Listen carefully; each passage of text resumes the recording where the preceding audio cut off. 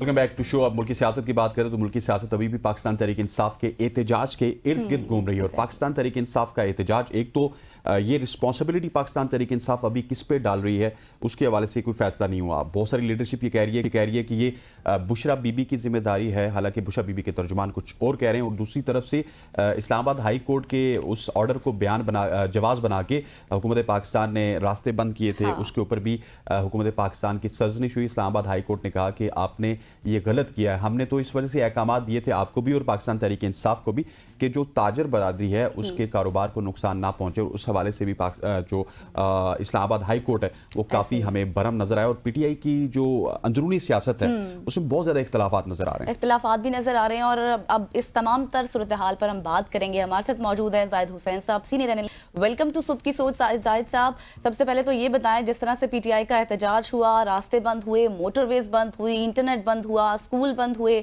Containers लगाए गए, और कल अब अदालतों में भी ये बात हो रही है अगर एक ने गलत किया तो फिर दूसरे ने भी गलत किया है। नहीं, बिल्कुल सही बात है कि जिस तरह से लॉकडाउन हुआ इस्लामाबाद का, मेरे ख्याल मैंने तो कभी इस किस्म का देखा ही नहीं था। आपकी पंजाब की जितनी भी मोटरवेज थी, हाईवेज थी, तमाम बंद कर दी गई थी। और ये एक दिन की बात नहीं थी, बल्कि इसको 3 या 4 दिन तक लोगों का बिल्कुल लाहौर से इस्लामाबाद का बिल्कुल ही राब्ता ख़त्म हो गया था। सड़क से लोग फंस गए थे। और ये इस तरह से जिस तरह से शहर को पैरालाइज किया गया था, उससे एक और चीज़ जाहिर होती थी कि गवर्नमेंट की अपनी वीकनेस भी इसमें शामिल थी कि वो इस बात को नहीं समझते थे कि जो है ये कि लोगों को इकट्ठा करने से और कोई तरीका रोक सकते हैं। और मेरा ख्याल ये कि ये फिर उसके बाद जो एक फतह कर बनाया गया कि हमने रोक दिया था, हमने लोगों को आने नहीं दिया, और या पंजाब से लोग मुतहरिक नहीं हुए, तो वो सारी की सारी अगर उसको देखा जाए तो जिस तरह से लॉकडाउन हुआ था तो मेरा ख्याल किसी के लिए भी आसान नहीं था।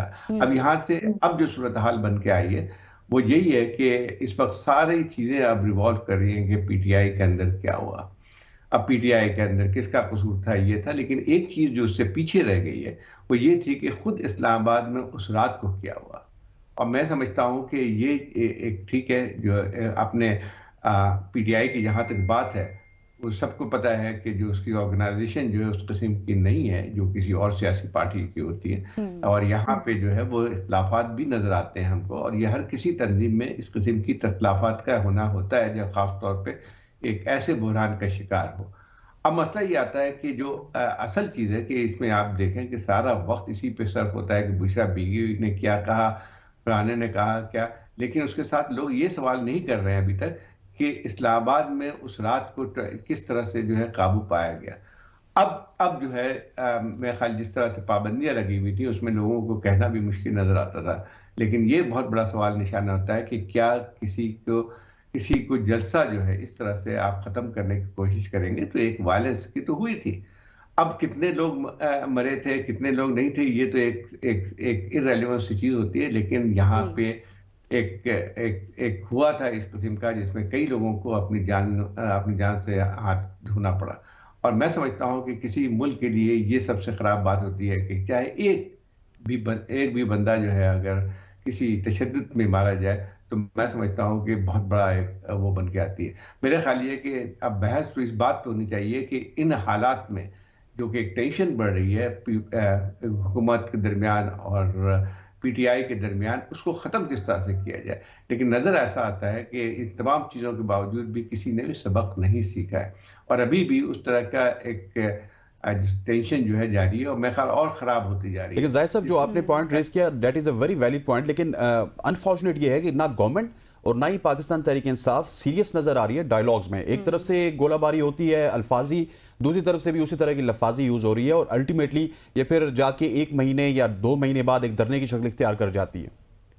बिल्कुल सही बात है। देखें, आप किसी भी मुल्क में एक तरीका होता है कि इस किस्म के लोगों की डिसकंटेंट भी होते हैं, लोगों को जो है अपने शिकायतें भी होती हैं, और अपोजिशन भी जो है उसका तो काम यही होता है कि जो है अपने जो हुकूमत की नाकामी है उसको जाहिर करे।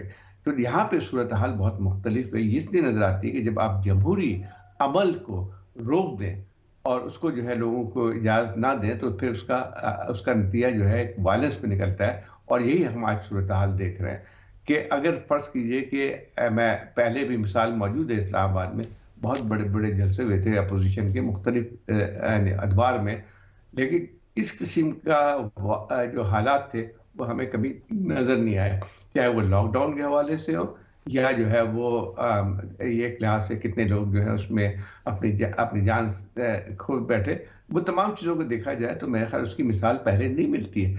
तो बजाय इसके कि हम लफाजी करें, हम एक दूसरे को इल्ज़ाम लगाएं, मेरे ख्याल इस हुकूमत को ये सोचना चाहिए कि ये हालात पैदा क्यों होते हैं। जब आप ये जो है ये जो इस किस्म की कदर लगाते हैं तो आपको एहसास नहीं होता है कि जब अगर आपकी हुकूमत तो रहती है, फिर दूसरी हुकूमत आती है, फिर अगर यही साइकिल चलता रहता है तो फिर एक सबसे ज़्यादा जो नुकसान होता है वो जमहूरी अमल को होता है। मेरा ख्याल ये है कि ठीक है, दोनों तरफ से गोलाबारी हो रही है। जाहिद साहब, दोनों अब द सिचुएशन इस मसला ये है कि अगर हम सारी सिचुएशन को देखें तो एक तरफ हमारी जो सियासत है, अगर हम बिल्कुल उसको देखें तो एक सख्ती की तरफ जा रही है, पोजीशन सख्त हो रही हैं, बयानात सख्त आ रहे हैं। कल मरीम नवाज साहिबा ने भी ये बात की, उन्होंने कहा कि जो मुखालिफ है मतलब उसको ख़त्म करने के हवाले से उन्होंने बातें की है। गवर्नमेंट भी काफ़ी सख्त है, अपोजिशन भी काफ़ी सख्त है, बयानात सख्ती की तरफ जा रहे हैं। सवाल ये पैदा होता है कि अब इसका कोई सोल्यूशन है, क्योंकि अब बातें ये भी हो रही हैं कि एक दफ़ा फिर से जो है वो इस्लामाबाद की तरफ रुख किया जाएगा। देखिए, यही बात आती है जब आप इसमें सबसे बड़ी बात है कि सबसे एहतियात मोहतात रहना पड़ता है हुकूमत को, क्योंकि हुकूमत का काम जो होता है वो ये है कि लॉ एंड ऑर्डर को बरकरार रखे और एक जमहूरी अमल को आगे बढ़ाए।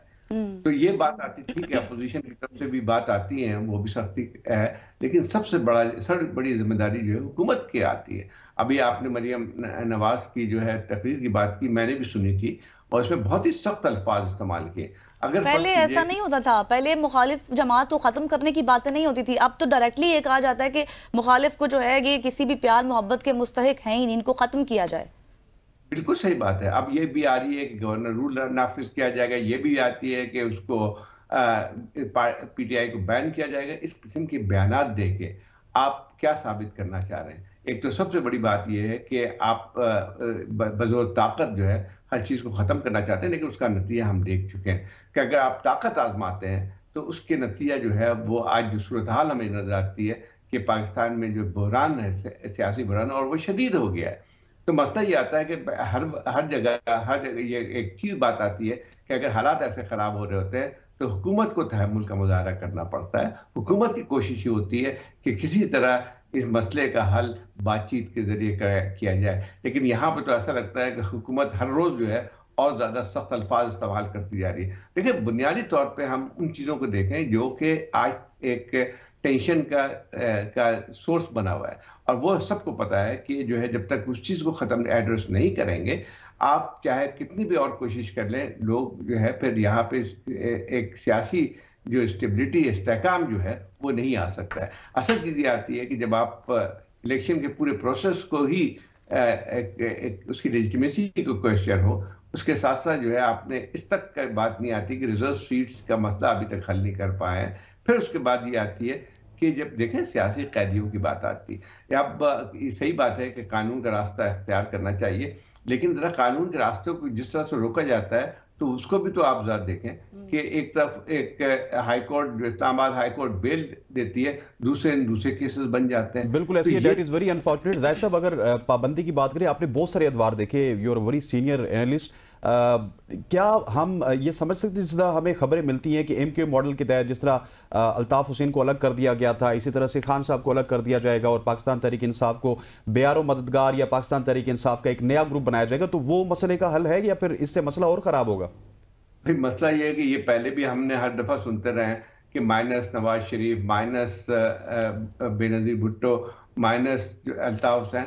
देखें, ये तरीका होता नहीं है। आप आर्टिफिशियली किसी की लीडरशिप का या किसी पार्टी को ख़त्म नहीं कर सकते हैं। मसला ये आता है कि आपने क्या पहले कामयाब हुए, कभी नहीं कामयाब हुए। और सबसे बड़ा जो मुझे वो होती है इस बात पे कि परेशानी कि ये तमाम सियासी पार्टियां इस दौर से गुजरी हैं, लेकिन आज फिर वही काम कर रही हैं जो कि माजी में उनके साथ हुआ था। सही। जाहिद साहब, ये बताएं कि अब आप पीटीआई की लीडरशिप के रोल को कैसा देख रहे हैं, क्योंकि हम देख रहे हैं काफ़ी इख्तलाफात हैं। एक रहनुमा आता है, उसका बयान कुछ और दूसरे का बयान कुछ, और जब कल इमरान खान से मुलाकात की अलीमा खान ने, तो वो ऐसे बयानात सामने लेकर आई जो कि बाकी लीडरशिप के पास नहीं थे। वो बयान उन्होंने नहीं बताए पब्लिकली। देखिए, एक बात सही है कि कि पीटीआई जो है उस तरह से तंजीमी तौर पे मुस्तहकम नहीं है। पीटीआई जो है वो इमरान खान का नाम है, लेकिन इससे भी कोई आप इनकार नहीं कर सकते हैं कि इन तमाम चीज़ों के बावजूद भी ये एक पाकिस्तान की मकबूल तरीन पार्टी है। अब ये कि ठीक है, ये सारी चीज़ें एक पार्टी के अंदर नुकसानदा हो सकती हैं, और अगर इंतशार फैलता है तो उसका नतीजा जो है वो ज़्यादा एक्सट्रीमिज़म की तरफ भी जाती है बात। तो ये हुकूमत इस बात पे जो तालियां बजा रही है कि चले इनके दरमियान ये हो रहा है, वो हो रहा है, ये इख्तिलाफ आ रहे हैं, मरियम भी बुशरा बीबी ने ये बयान दे दिया, उनकी बहन ने ये बयान दे दिया। देखिए ये चीज़ें जो है आपकी सियासत के जो असल मसाइल है उससे जो है नजरें फेरती हैं, उससे जो है तवज्जो हटाती हैं, तो उससे कोई हुकूमत का फायदा नहीं होता है। आपने ठीक है साबित कर दिया है कि चलिए बहुत बहुत है कि इसमें इख्तिलाफात बढ़ गए, लेकिन उसका नतीजा आप जानते हैं कि जब एक लीडरलेस हो जाती है तंजीम, तो फिर लोग जो वर्कर्स हैं वो फिर एक इंतहा पसंदी की तरफ जाते हैं, और वही सबसे खतरनाक सूरत हाल होती है। जब हम देखते हैं कि आज पीटीआई की जो सूरत हाल है वो आपको यही नजर आती है, अगर रडरलेस है, लीडरलेस नजर आती है, तो उसका नतीजा हुकूमत के लिए बहुत अच्छा भी नहीं होगा।